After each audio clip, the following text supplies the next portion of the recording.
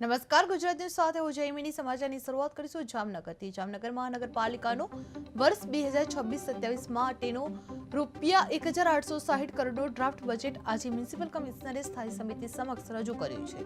આ ડ્રાફ્ટ બજેટમાં નાગરિકો અને વિવિધ વેરા અને ચાર્જમાં વધારો સૂચવવામાં આવી રહ્યો છે. જે નવા નાણાકીય વર્ષ માટે વાહન વેરો, water charge, solid waste charge, environment improvement, greenery charge, ભૂગર્ભ ગટર, હાઉસ કનેક્શન ચાર્જ તેમજ ફાયર ચાર્જમાં વધારો પ્રસ્તાવિત કરવામાં આવી રહ્યો છે. સાથે જ રણમલ તળાવ, amusement park, jogging walking track, Ranjit Sagar park અને સિટી મ્યુઝિયમની એન્ટ્રી ફીમાં પણ વધારો સૂચવાયો છે. સ્ટ્રીટ લાઇટ ચાર્જમાં વધારો થતા નાગરિકો પર કુલ ₹9.10 કરોડનો વધારાનો કરબોજ આવશે. હવે સ્થાયી સમિતિમાં બજેટના સુધારા વધારા કરી તેને જનરલ વોર્ડમાં રજૂ કરવામાં આવશે.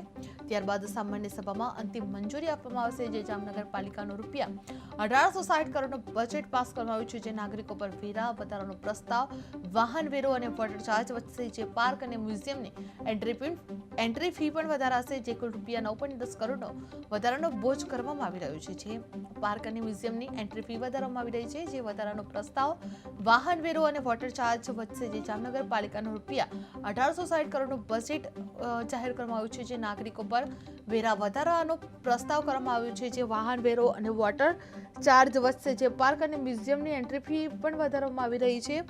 જે કુલ ₹9.10 કરોડનો વધારાનો બોજ વધારવામાં આવ્યો છે. જે જામનગર પાલિકાનું ₹1,860 કરોડનું બજેટ પાસ કરવામાં આવ્યું છે. જે સ્ટ્રીટ લાઇટ ચાર્જમાં વધારો થતા નાગરિકો પર કુલ ₹9.10 કરોડનો વધારાનો કરબોજ આવશે. હવે સ્થાયી સમિતિમાં બજેટમાં સુધારા વધારા કરી તેને જનરલ બોર્ડમાં રજૂ કરવામાં આવી રહ્યા છે. ત્યારબાદ સામાન્ય સભામાં અંતિમ મંજૂરી પણ આપવામાં આવી રહી છે. જે જામનગર પાલિકાનું ₹1,860 કરોડનું બજેટ પાસ કરવામાં આવ્યું છે. જે નાગરિકો પર વેરાને લઈને વધારવાનો પ્રસ્તાવ કરવામાં આવ્યો છે. જે વાહન વેરો અને વોટર ચાર્જ પણ વધશે. જે પાર્ક અને મ્યુઝિયમની એન્ટ્રી ફી વધારવામાં આવી છે. જે ₹9.10 કરોડનો વધારાનો બોજ વધારવામાં આવી રહ્યો છે. જામનગર મહાનગરપાલિકાની સ્ટેન્ડિંગ કમિટી સમક્ષ વર્ષ 2025-26ના સુધારેલ અંદાજો અને વર્ષ 2026-27નું બજેટનો ડ્રાફ્ટ રજૂ કરવામાં આવેલ છે. જે મહદઅંશે વાત કરીએ તો ગયા વર્ષે એટલે કે ચાલુ વર્ષે 2025-26ના વર્ષમાં જે આપણું અંદાજ હતો આશરે 1619 કરોડનો, એની સામે આશરે 1351 કરોડની ઉપલબ્ધિ થવા જઈ રહી છે. જે આશરે 90% જેટલું એચિવમેન્ટ બજેટની સામે આપણે આ વર્ષે હાંસલ કરીશું.